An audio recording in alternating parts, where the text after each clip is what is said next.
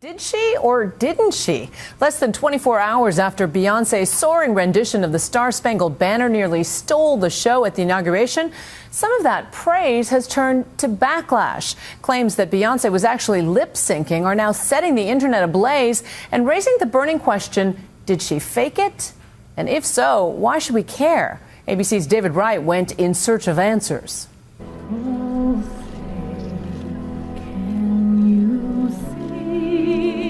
Oh, say, could you see, even if you were standing where Joe Biden was?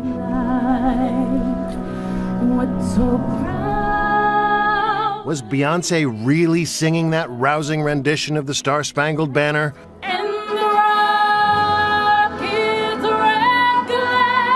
Or was she lip-syncing, essentially acting every note, right down to pulling out that earpiece?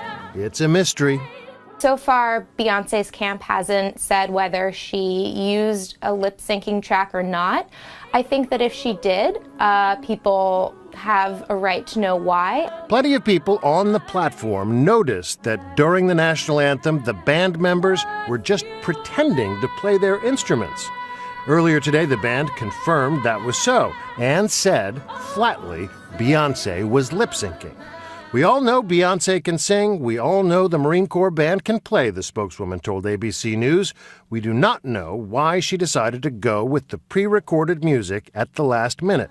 It's standard practice for the performers to record a backup version just in case. Beyonce posted this photo from the studio on her Tumblr page. But on the day,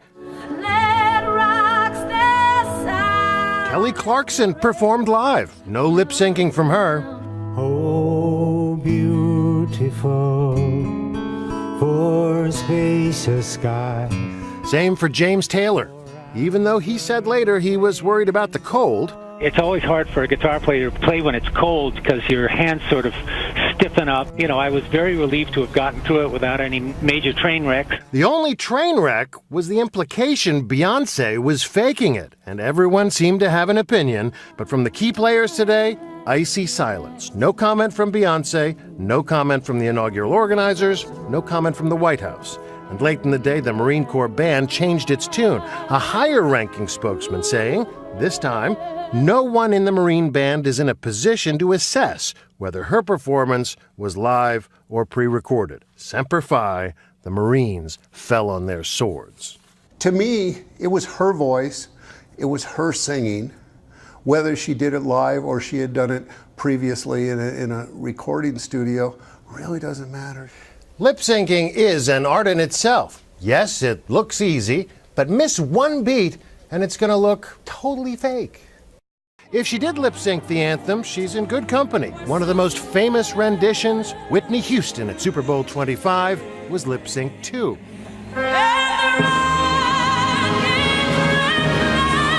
Some people are speculating Beyonce was actually using something called a backing track. In big venues and unpredictable conditions, singers often use it to guide a live performance, a version they hear in their earpiece so they can sing along. Why hasn't she said one way or the other? Because my guess is they probably did have a pre-recorded track in the back, and to try and explain that and break it down, it almost sounds like she's making an excuse. The track, recorded in a studio, can sound a lot more polished than what's coming out on stage. Isolating a singer's live mic can be cruel sport in the YouTube era. These are supposedly clips of Britney Spears in Las Vegas. I, Barack Hussein Obama, do solemnly swear. Of course, an inauguration is no mere performance. The President of the United States. This is a national ritual.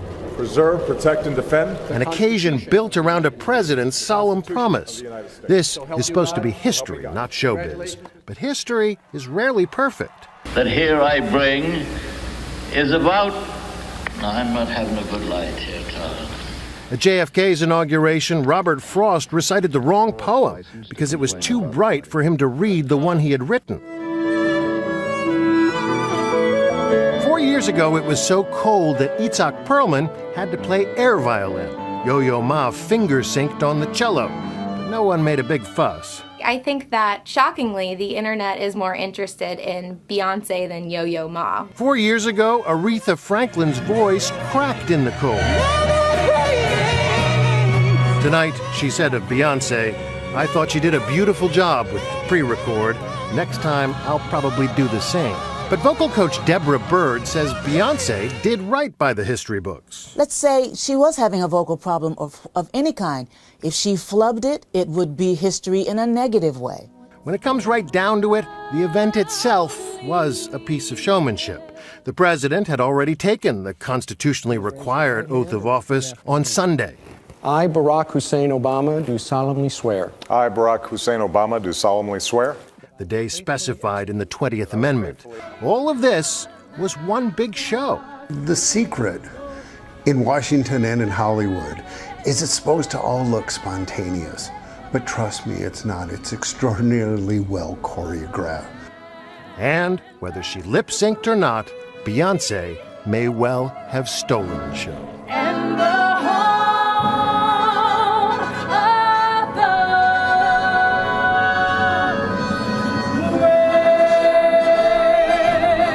I'm David Wright for Nightline in Hollywood.